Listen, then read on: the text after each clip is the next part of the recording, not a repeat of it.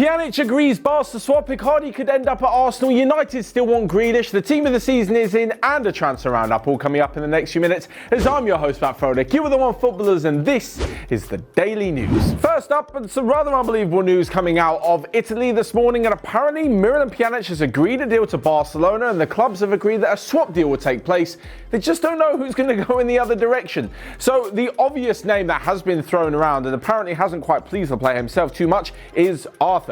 Now, this deal for me makes no sense whatsoever.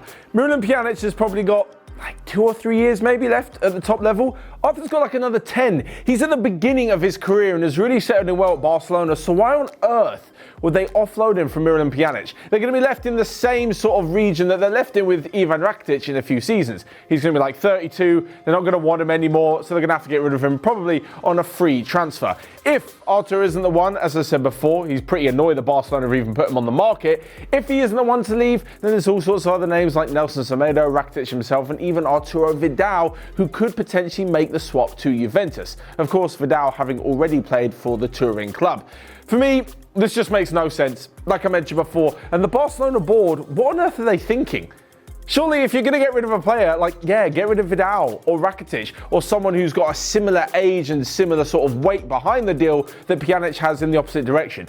Do not get rid of one of your best midfielders and potentially a future star. Like, I'm not saying the sun shines out of Arthur's arse and he's going to be the best midfielder in the world, but surely it's a better idea to just keep him around for the next few years at least, especially as his value is far higher than Pjanic's now. So technically they'll be losing money on the deal. And secondly, his sell-on value is going to be so much bigger and better. If he's brilliant, if the Brazilian playmaker is brilliant, then they're going to get a lot of money for him should they sell him. If he's brilliant and they don't sell him, they've got a brilliant player. And lastly but not least, if he isn't that good, they could still get quite a bit of money for him for another club, on the fact that he'll still, in a few years, still have plenty more years to go on and potentially become a top player.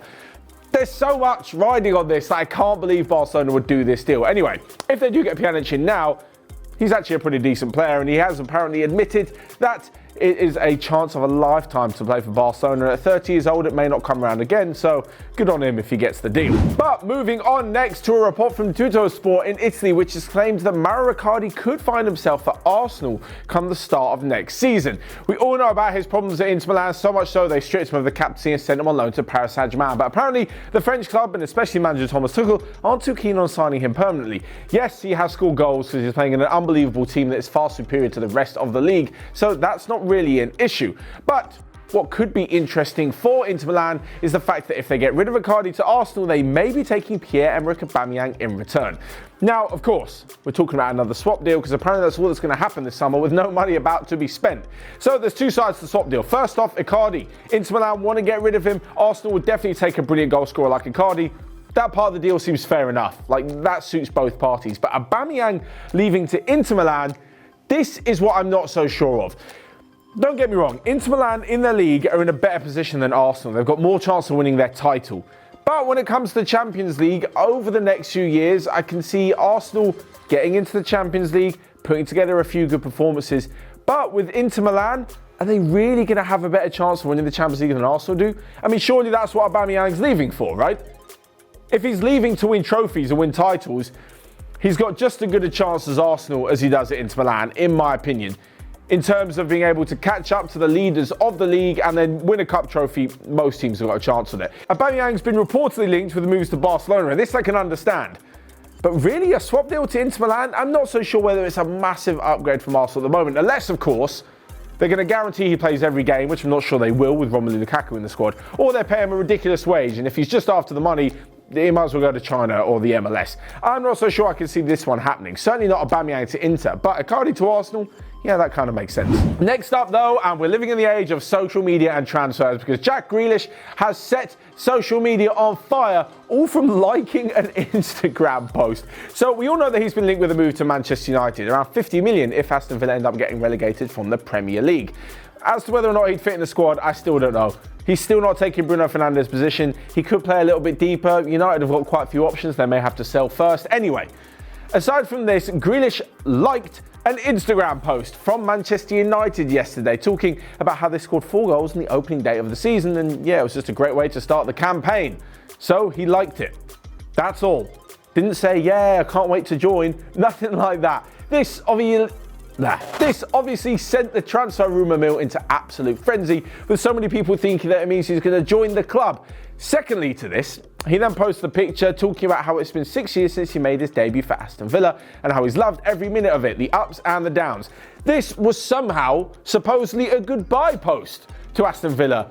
If you couple it with the earlier like on Manchester United thing, you'd pretty much think that you were some sort of Sherlock Holmes detective and you figured out that he'll be leaving Villa for Manchester United. Personally, I don't buy into any of it. It's just the world of social media. Like, plenty of players follow other clubs, like other shit. That's just the way it is. He actually may move to Manchester United, but I don't think he's been dropping hints by liking social media posts. Anyway, talking of Grealish and Fernandez, and I've got a bone to pick with Bruno Fernandez coming up, as the team of the season has been revealed. But thankfully, for those of you who completely and utterly disagree with it, it is not the official PFA Team of the Year. No, this is the fans that voted on BBC Sports Team of the Year. There, of course, was the Player of the Year as well, which went to Jordan Henderson. That I can kind of understand. He's the front running for the PFA Player of the Year, and he's been brilliant. Liverpool have been brilliant. That kind of makes sense. But it's not the Player of the Year I've got an issue with. It's the Team of the Year. So let's take a look. So first up in goal, Alisson. He's been good. I can't help but feel that Liverpool fans may have hijacked this poll with a load of voting. Alisson's been good, don't get me wrong. He hasn't been the best goalkeeper in the league this year. I'd give that to Dean Henderson. But anyway, moving on. Right back is Trent Alexander-Arnold. Difficult to disagree. Same thing with Robertson at left back and Van Dijk at centre back. Van Dijk, I don't think he's been as good this year as he was last year. He's still been unbelievable, so it's fair enough. Alongside him is Kaglo Soyuncu from Leicester. Kind of hot and cold, was brilliant in the first half of the season. Not so much in the second half. Having said that, he has been part of a brilliant Leicester defence, which has seen them comfortably in the Champions League places, so I can kind of get behind that. But the midfield, especially one position as well, just don't get it. The first one is Jordan Henderson. If you win Player of the Year, it's pretty difficult to not put you in Team of the Year. I completely get it. Alongside Kevin De Bruyne, who's been outstanding. One of the top goal scoring midfielders and by far and away the best assister in the league this season. But alongside them is Bruno Fernandez. How on earth could you be in Team of the Year after playing 5 matches? Don't get me wrong, he's been brilliant in these 5 games. He's been really good, really turned Manchester United season around as much as you can in, a couple of 100 minutes.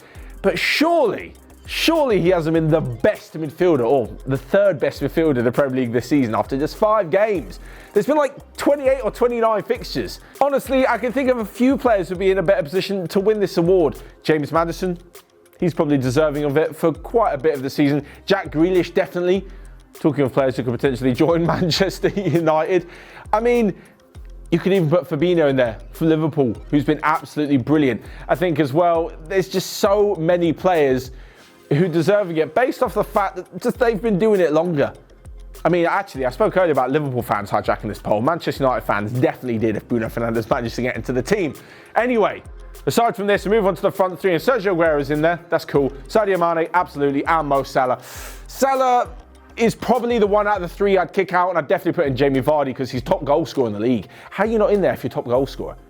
Heung-min Son's also in with a shout as well, as he's pretty much carried Spurs in their abysmal season. And Pierre-Emerick Aubameyang is definitely in with a shout as well. As I say, if one of those 3 I'd kick out, it'd be Mo Salah. So if you're super mad that that's not who you voted for, who you want to win Player of the Season or Team of the Season, don't get mad. That is not the PFA official Player or Team of the Season. That's just who users voted for on BBC Sport. Anyway, let's get moving on to a quick roundup of the rest of the transfer news you might have missed. So first off, and Marseille are interested in Rangers midfielder Glenn Kamara. So Milinkovic-Savic is apparently allowed to leave Lazio, but only for a fee of upwards of 80 million euros.